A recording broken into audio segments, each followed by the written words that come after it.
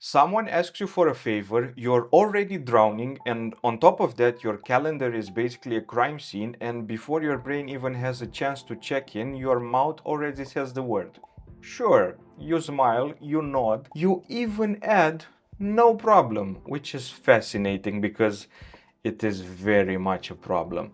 And now you're going to spend the rest of the day resenting one person who didn't even notice that you were busy in the first place. Everyone tells you this is about weak boundaries, and they are wrong. And here's what the internet will try to sell you. You cannot say no because you have low self-esteem. Just love yourself more and go practice in the mirror. Or here is a 5-step assertiveness framework with just a downloadable PDF. Great, right? But look, fundamentally, none of this is exactly wrong. But it's like telling someone with a broken leg to walk with more confidence. Do you see how that sounds? The problem isn't the walking, the problem is the leg itself. You didn't wake up one day and forget how to say no. You learn at a very specific moment in your life that no is dangerous, that refusal costs you something that at the time you couldn't afford to lose. And your brain filled that in a lesson away in a folder somewhere marked as permanent. We must always obey this rule or we die, basically. You're not weak, you are just obedient to a rule that you didn't even write. Here is a memory I want you to build with me. Doesn't matter if it's yours or it's mine. The architecture of this thing stays exactly the same. Remember, you were 7, maybe 12 years old, you said no to something that you didn't want. Maybe you didn't want to hug a relative that came to visit. Maybe you didn't want to finish everything from your plate. Or maybe you just wanted to be alone for 10 minutes, which is a very reasonable request for any human being at any age. No questions asked. The reaction wasn't neutral. It was cold, withdrawal, a slammed door, a silence that maybe lasted a couple of days, or it can also go the other way, and it was loud, yelling, disappointment, the phrase "after everything I've done for you," basically landing like a guillotine for you at that age. And here's what your nervous system learned that day. Not, oh, I made a mistake, or oh, maybe next time I should phrase it differently. No, it didn't learn that. It learned something far more fundamental. It learned that when I express what I want, connections are breaking. And for a child, especially at that age, a broken connection isn't just inconvenience. It's an existential threat. You cannot survive alone at 7 years old. And your brain knows this at a level far below words. So it made a policy change for you. From now on, compliance is the price to pay.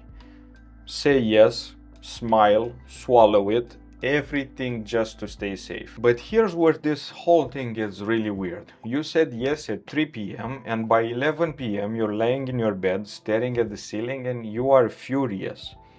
And the funny part is you're not furious at yourself, you're furious at them. How dare they ask? They didn't see how busy I am, the audacity and the entitlement those people have. You're constructing an entire courtroom drama in your head, and guess what, my friend? You are winning every single argument. I tell you from personal experience. Except, you said yes, you volunteered, exactly like in Hunger Games. You smile and you said, no problem, sure. They didn't force you. They may not even know that you're upset right now. They might be asleep peacefully, completely unaware that they are on a trial in your bedroom at midnight. And this is the people's pleaser's secret. And I know you might not agree with me and you don't want to hear this and you'll probably close this video, but it's true. You're not the nice person who occasionally gets taken advantage of. You are a person who says yes and quietly punishes people for not reading their mind, basically. And the punishment is always resentment. A slow, quiet, accumulating debt that person never even had the chance to agree to. So let's go deeper. If you know all of this, and you probably do, because you are self-aware enough to be watching a video like this about this, then the question is, why do you keep doing this? Because let's be honest, it's not about the conflict. I'm pretty sure you can handle conflict. You've had difficult conversation, you've negotiated, you pushed back, you stood your ground in situation where the stakes were professional but never personal. On the other side, what you cannot handle is the possibility that someone might leave.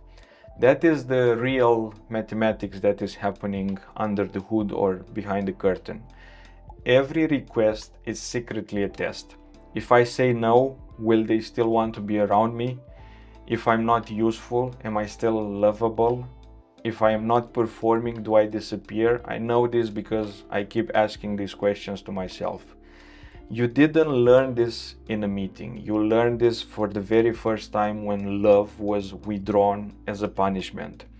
And you've been running this program ever since on every relationship that you have, every friendship, every casual acquaintance who asks you to help them move on a Saturday. Hey, this is future me. I was editing the video and I forgot that I didn't record something important. So what do you actually do about this? I don't want to give you a 5-step framework, not affirmations in the mirror. Here's the one thing that actually shifted for me. No isn't rejection. It's basically information. When you say no to someone, you're not saying I don't care about you. You're actually saying here's what I can do for you right now. And if that person receives that information and pulls away, if your honest capacity ends the connection, that connection was never about you. It was about your compliance. The people who leave you when you set boundaries were never staying for you. They were staying for what you give them. Here's the practice sentence. No explanations attached, no justification, just this. I can't, but I appreciate you for asking. This is it. You don't owe them your calendar, you don't owe them a reason even. The discomfort you feel saying that sentence, that tightness in your chest, that's not guilt.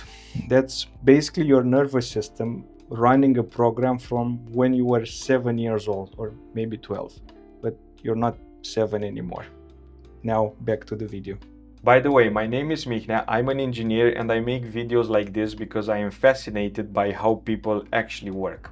If you recognize yourself somewhere in this, maybe the midnight arguments, the silent scorekeeping, the word sure coming out of your mouth while your brain is literally screaming, absolutely not, please drop a comment and consider subscribing. Here's the part that surprised me the most.